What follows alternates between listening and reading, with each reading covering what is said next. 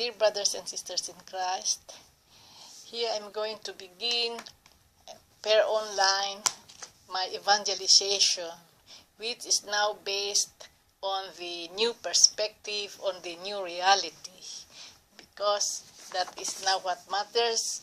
Religion is out and we are now moving in the new golden age era. And before I go on deeper, may I read first to you as introduction this which I have found, and I'm going to share it to you so that you will understand and you will make a good decision based on this, because the shift of the dimension from third to fourth is based now on this spiritual awakening or truth. So may I start? The human species was seeded on Earth the last time about 800,000 years ago on the continental Lemuria, formerly located in the Pacific Ocean. Before this, human root races had also been seeded on Earth, but were remoted from Earth by other galactic races. The human race originally evolved in the Vega star system from aquatic roots about 7 million years ago. The human colony on Lemuria thrived for a long time, but went under about 26,000 years ago due to, among other things, unbalanced energies, with a surplus of feminine energies. Many of the inhabitants managed to escape the sinking continent to reach inner Earth, called Agatha, where they continued to evolve and have reached a higher level of consciousness, in parentheses, fifth dimensional consciousness. Part of the demise of Lemuria was also the conflict with the Atlantis continent, which suffered under an unbalanced surplus of male energies. In the later years of this continent, which went under 13,000 years ago, the Atlanteans pursued dark agendas, which included reducing our forefathers to a status of limited consciousness, which we have suffered under since then. This dark agenda also led to the very physical demise of the continent, which was located largely in what we today call the Bermuda Triangle. The Atlantis society used very advanced crystal technologies. As the continent sank under the waves, very large crystals ended up on the ocean floor. These crystals are today responsible for many unexplained disappearances of ships and airplanes due to opening up of portals thanks to interaction between sunlight and the crystals. The inner Earth of Agatha might be a very surprising aspect for some. According to the description of reality in messages posted on this site, Earth is hollow. The shell is proportionally as thick as the peel of an orange, or about 800 miles. Other planets in the solar system, such as Mars and Venus, and other planets around other stars, are also hollow. This is the norm in the universe. There are wide entrances to inner Earth at both the South Pole and the North Pole. American Admiral Byrd describes his airplane flight via the North Pole into the inner Earth and back in 1947. In addition, this exists tunnel system at other latitudes to inner Earth, particularly in Tibet. The fables from Tibet of Shangri-La describe life in inner Earth and the city Shambhala that lies directly underneath the Himalayan mountain complex. Also, the city of Telos in inner earth is located underneath Mount Shasta in the United States, and it is connected via systems of secret tunnels to Earth's surface. Gravity functions in such a way that it is reversed, in parentheses, 180 degrees in inner Earth compared to the surface world. About 400 miles down in the crust of Earth, there is a neutral zone with zero gravity. Before it reverses direction as you move yet deeper and reach inner Earth. Inner Earth has also an inner sun, which on the shores of the inner Earth appears roughly the same size as our sun's soul. The latter is located at a much larger distance. The inner sun has a more diffuse light and is also sometimes referred to as the core or seed of the earth. Before the demise of Atlantis, in close parentheses, and also Lemuria, mankind had a higher level of consciousness. The Dark Atlanteans engineered a reduction in consciousness in the human race to what we now call the third dimension, or duality, or just simply limited consciousness.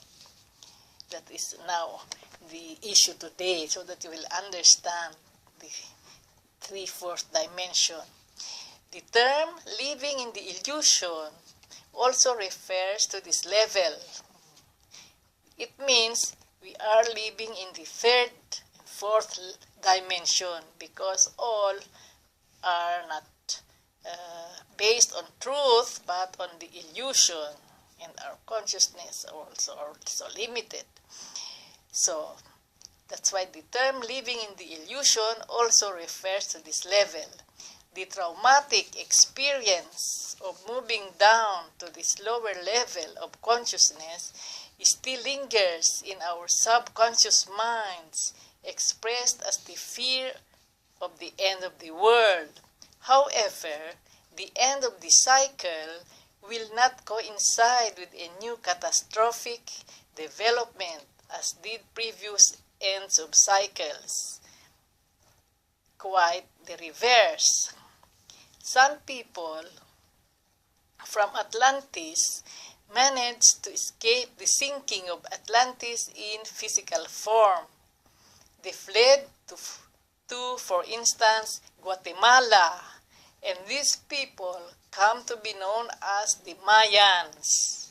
It's history now. In fact, Maya was the name of the priesthood at Atlantis. The Hopi Indians are also direct descendants from the Mayas and Atlantis. Other people fled to Ireland and on to Egypt. This started the Egyptian civilization. Pyramids are a central form from Atlantis with a unique spiritual meaning. Pyramids also exist in Guatemala, Egypt, Bosnia, and other parts of the world. The three large pyramids in Egypt, for instance, the Cheops Pyramid and the Sphinx, were, however, constructed by extraterrestrials about 40,000 years ago. Now here enters the ET. They are located in line with the Sirius star system, in parentheses, the North Star, on a very important node or chakra in the Earth energy field. So that is now where chakra comes. Interesting to know. Chakra. So, page 3. The concepts of reincarnation and that the soul is immortal are central among these messages. In effect, in spite of the fact that many do not believe so, many of us who are now incarnate on earth were also incarnate during the times of Atlantis and Lemuria. Some other souls who now are here and incarnate came from other planets in other solar systems, and they are called star seeds.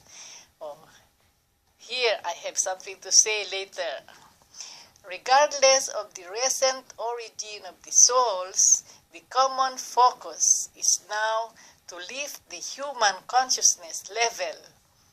That is the ascension. This time, it will not be a failure as at the end times of Atlantis and Lemuria. The male and female energies will be balanced. An uplifting of consciousness will take place that moves the consciousness level quick through the fourth level to the fifth dimensional level, which is also referred to as full consciousness. Our spiritual physical abilities will quickly and dramatically change.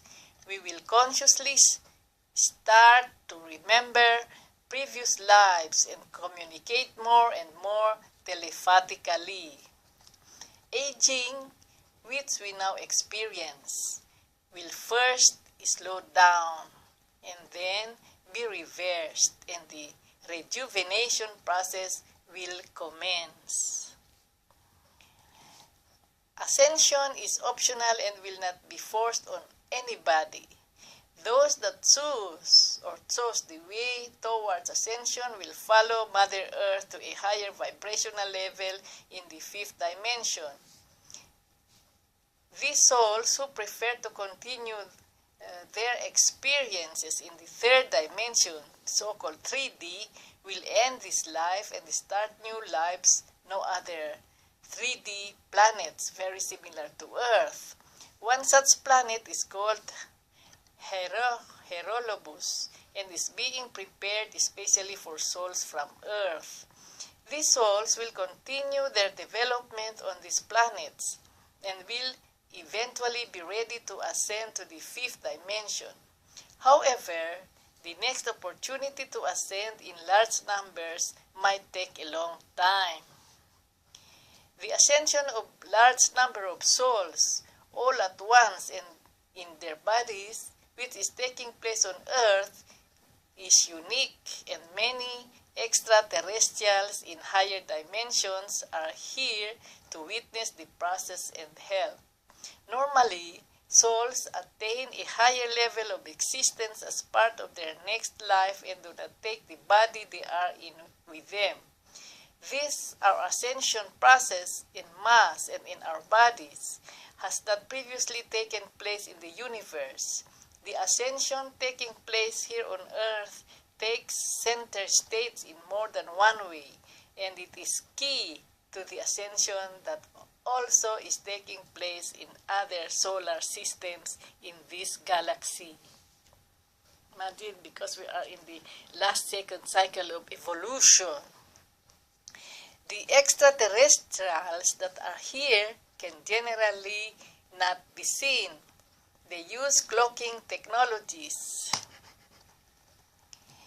for their ships, which make them invisible unless they turn it off and show themselves. This happens more and more often and is the reason for some of the UFO, called UFO observations. The extraterrestrials that are here are for the most part friendly and full of love. They belong to the Galactic Federation of Light and reside in the fifth dimension or higher. They also protect us from unfriendly intruders from dark civilizations.